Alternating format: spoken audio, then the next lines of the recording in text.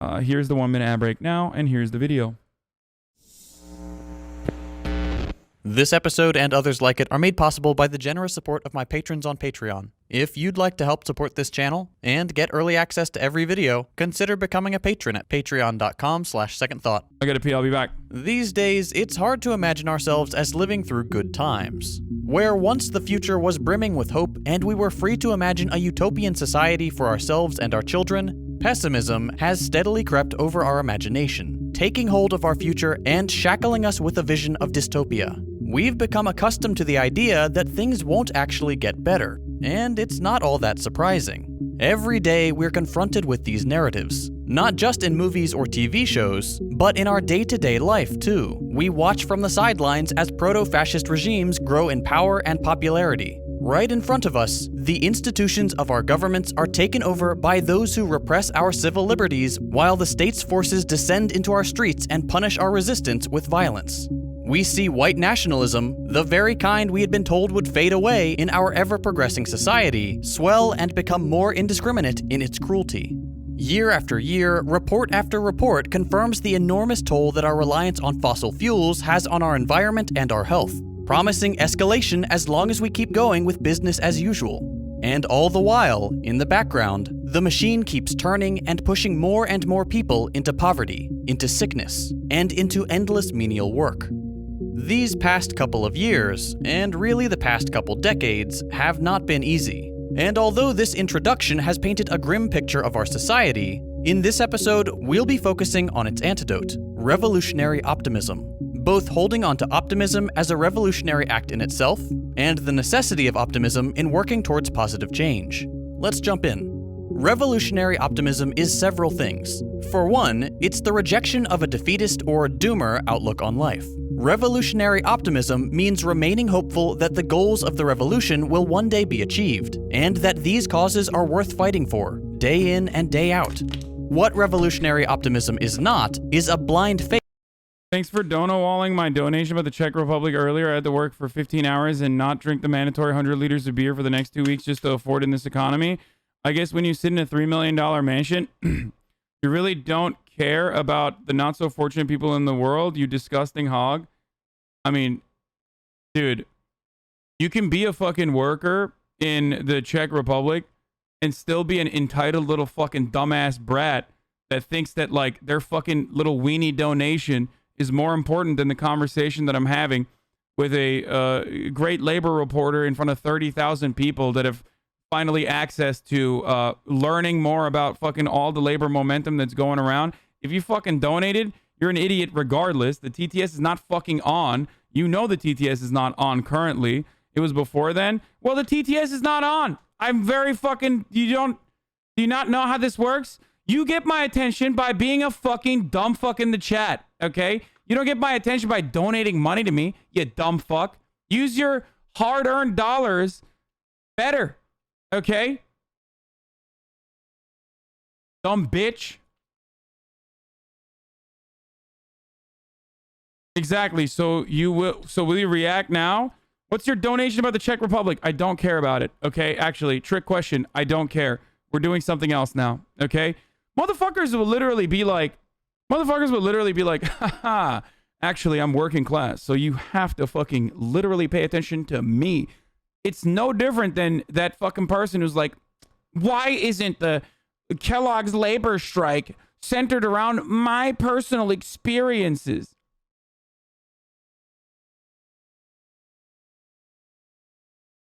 TTS is now on. Okay, I don't know if this person was just simply baiting, by the way, and I'm sorry if you were. I got mad. But don't be a fucking idiot.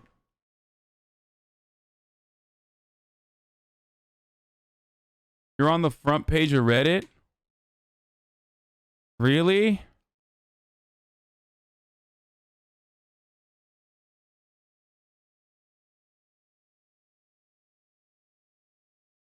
Subreddit drama doesn't often give me like a fair shake if we're being real.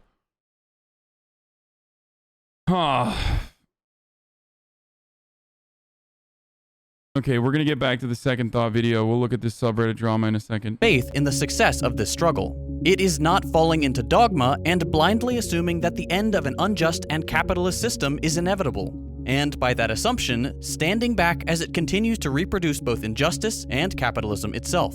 Revolutionary optimism is active. But we should start with the flip side of the coin: despair.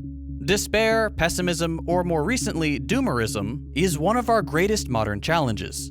Whatever you want to call it, it seems that more and more people are feeling it and have given up, either on their own personal success or that of the climate movement, the most existential struggle in the history of our species. Other times, doomerism comes from the ranks of the left, where doomers are convinced in the failure of a socialist future or the I turn back the donos, by the way. If you want to fucking write dumb shit that I will not listen to, you can now. Possibility of wishing for a time where large-scale issues like racial inequality will be resolved. There is something understandable about this point of view given the magnitude of these issues. That being said, there is also something deeply wrong with doomerism. This mindset stops progress dead in its tracks. We can see this in every progressive movement. After all, doomerism justifies disengaging politically, in protest or elections, allowing more committed political opponents to define the political sphere to their benefit, willfully ignoring or amplifying the very issues that plunge people into doomerism in the first place. We see this in government explicitly, where politicians take advantage of defeatist narratives in an even more detrimental way as they completely resign on tackling big issues. Before a piece of progressive legislation is even considered by Congress, we have seen time and time again our elected officials giving up on it as if it were dead on arrival instead of treating it properly, like the product of a political will they have the power to influence and the responsibility as representatives to see it through. We've seen this with the $15 minimum wage. We've seen it with the Green New Deal, and we'll continue to see it so long as there is a resignation to fatalism on the left. Before these bills ever made it to the Capitol, Democratic leadership admitted defeat, not seeking. Wow. Well, second thought doesn't understand the intricacies and the complexities that revolve around the Senate parliamentarians' absolutely important decision to maintain the Senate parliamentarians' roles. I am a jurisprudence fetishist. I care about civility more than anything else.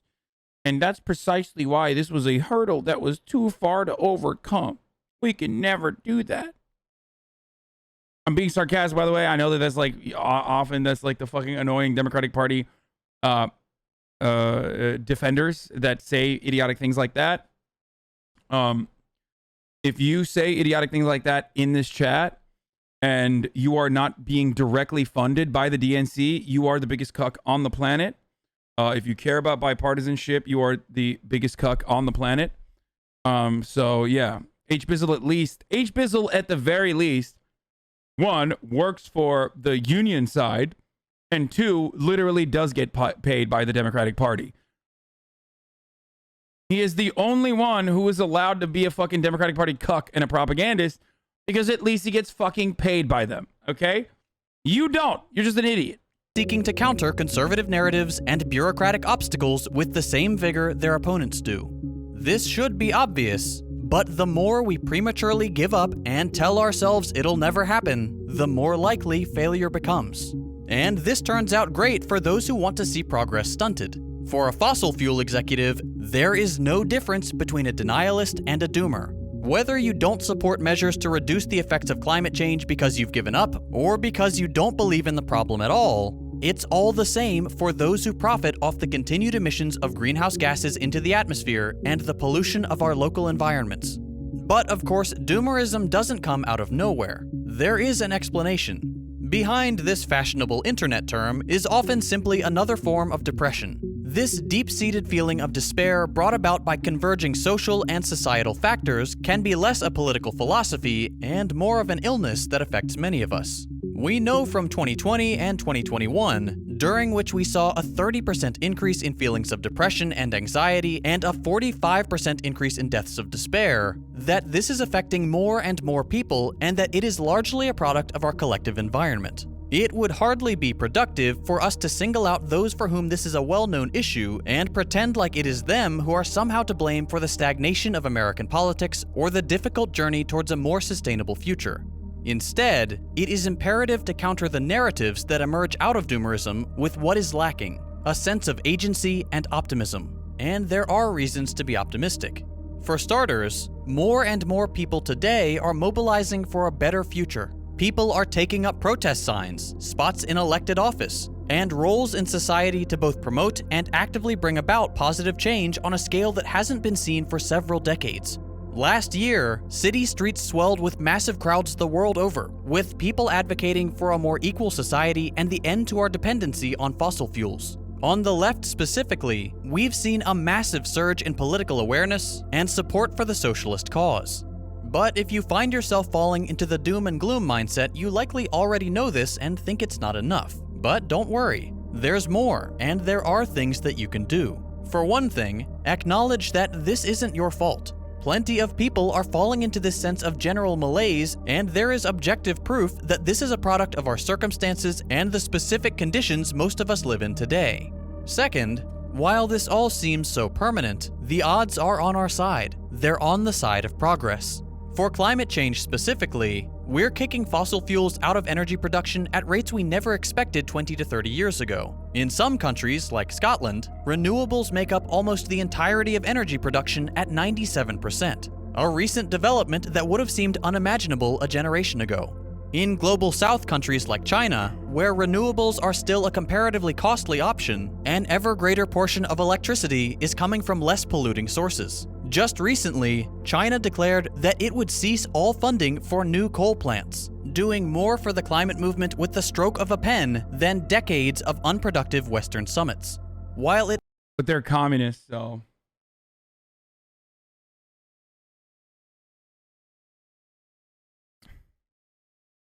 We should be producing more coal now. We got to do everything the opposite of China. May often seem like our current moment in history. Global South, like China, aren't they one of the world's biggest economies?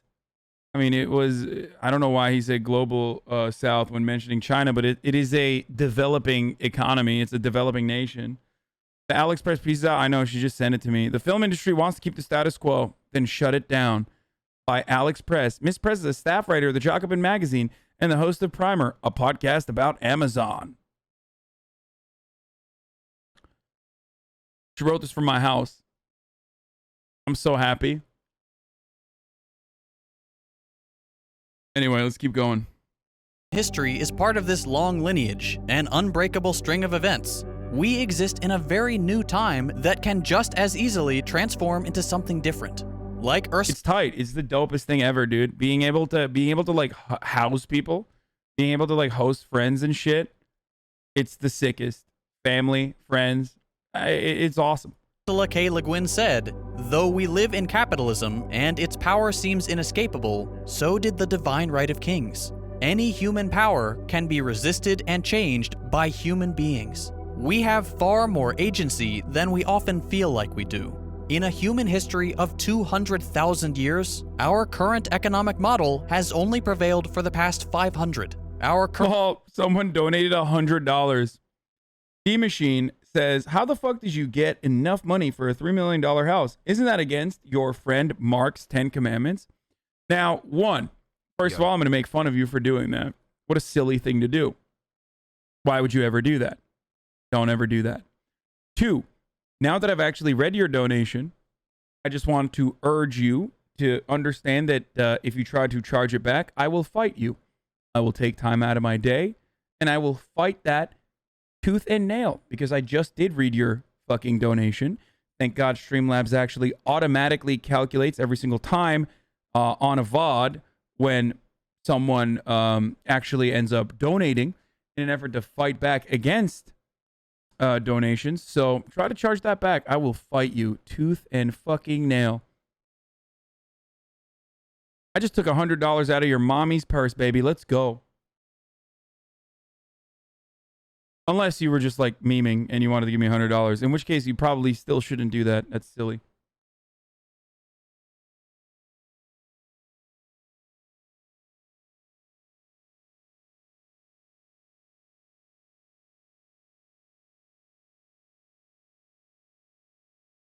Current conditions for less than a century, and our ability to change them has never been so great. As a final consideration, think about the ways that you can get involved to make this change happen. The best antidote to feeling that nothing is changing isn't listening to a couple statistics. It's actually working to make things change yourself. It's hardly a new idea that action is a remedy to despair, but we don't need particularly novel ideas for things to improve. If you're looking for an easy way to get started, there is always going to be an organization or group nearby making meaningful change in your community. In just about every major city, and most other places around the country, you'll find a local branch of the DSA, a socialist or communist political party, or your local community's. What the fuck? D-Machine, fuck you, Hasan. I do what I want with another $100 donation. Please stop donating.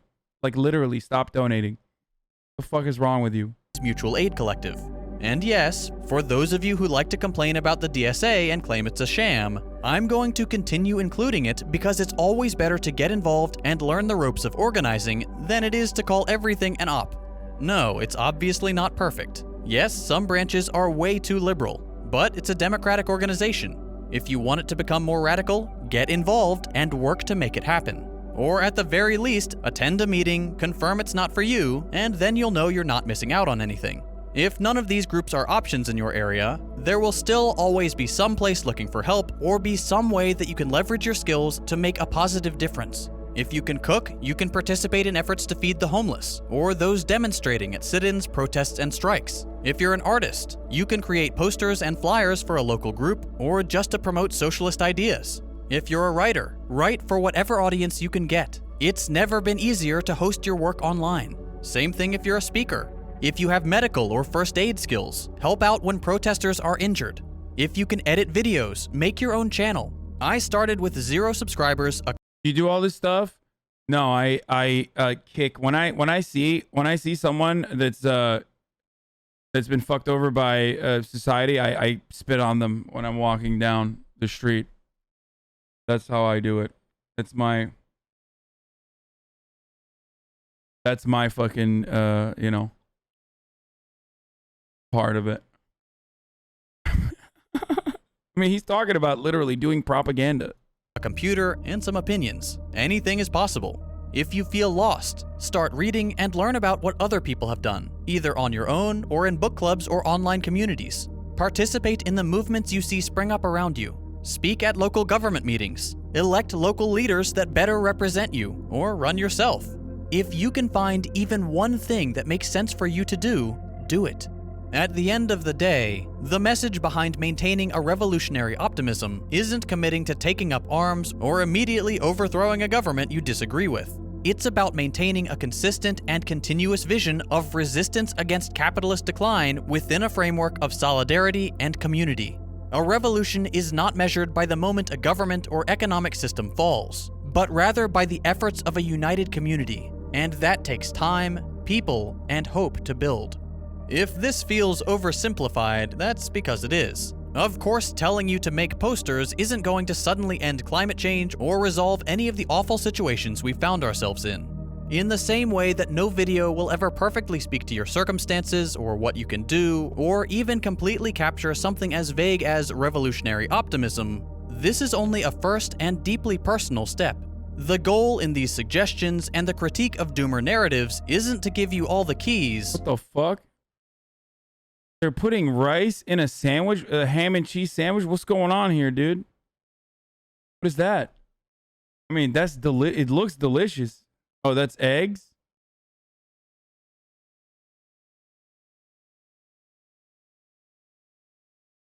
Oh, pimento cheese. Oh, I just came a little bit. Fuck, dude. Oh my God. I know we're talking about doomerism, but what about my fucking coomerism, dude?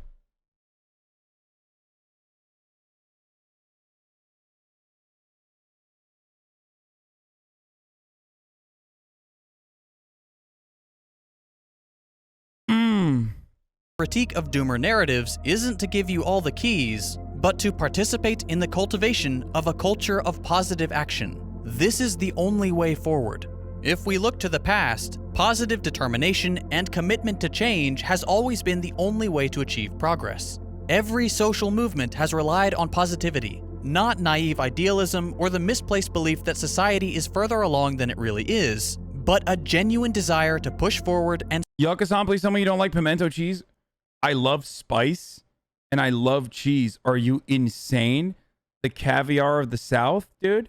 Yeah, I fucking love pimento cheese. What do you mean yuck, dude? What an insane fucking take. strive for positive change. Baked into the very idea of a movement for change is the feeling that there is hope. For a movement to exist, it must both realize the inadequacy and injustice of the present, but also believe in the ability for this to change into a better future. That is inherently optimistic. Otherwise, why create a movement at all? On the pragmatic level, social organizers have known the importance of optimism for a long time. If their project doesn't seem exciting, driven by enthusiastic people, or reasonably likely to succeed, people won't join, and why would they? Part of the reason one of the suggestions in this video is to join a local organization is because collectives create self-reinforcing visions of hope and optimism. When a collective properly uses hope to set itself goals, both you as the member and the organization as a whole are pushed forward towards social change. Hope becomes much more tangible, and therefore so does the chance of a difference actually being made. If you're still unconvinced, start reading about past revolutions, present social movements, and the central role played by revolutionary optimism and hope. As always, the sources for this video, including an academic paper that details the importance of group-based hope for environmental action, are in the description. This is not an optimism meant to distract Cringe is not illegal. Stop. Stop. Yes, DSAs can be cringe sometimes. Shut you up. from everything that has gone wrong and the legitimate fears you may have about the future. This is not a justification for complacency. This is active change. It is solidarity in response to toxic hyper-individualism. The future is ours to determine. We have a world to win, but it will take dedication, hard work, and revolutionary optimism. I mentioned at the beginning of this video that this kind of content is made possible by my patrons on Patreon. When I Okay.